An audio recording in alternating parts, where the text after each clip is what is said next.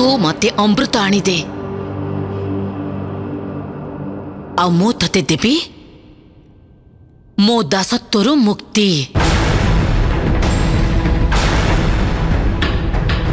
तू मो नेत्र सामने अमृत आनी रखिबू बस से क्षणरू तते आउ तो माँ को सदा सर्वदा पाई मो दासत्वर बंधन मुक्ति करदेवी। हे प्रभु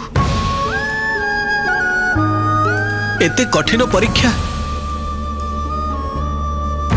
प्रभु आपण एते निष्ठुर किपरि हेई परुछंती?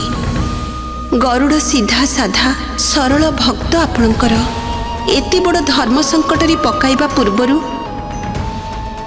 आपणकर हृदय थरी उठिलानी। एक पक्षरे ता मार मुक्ति आउ अन्य पक्षरे धर्म, ता पाखरे विकल्प कौन अछि? से जेउ धर्मर मार्ग को चयन करिबो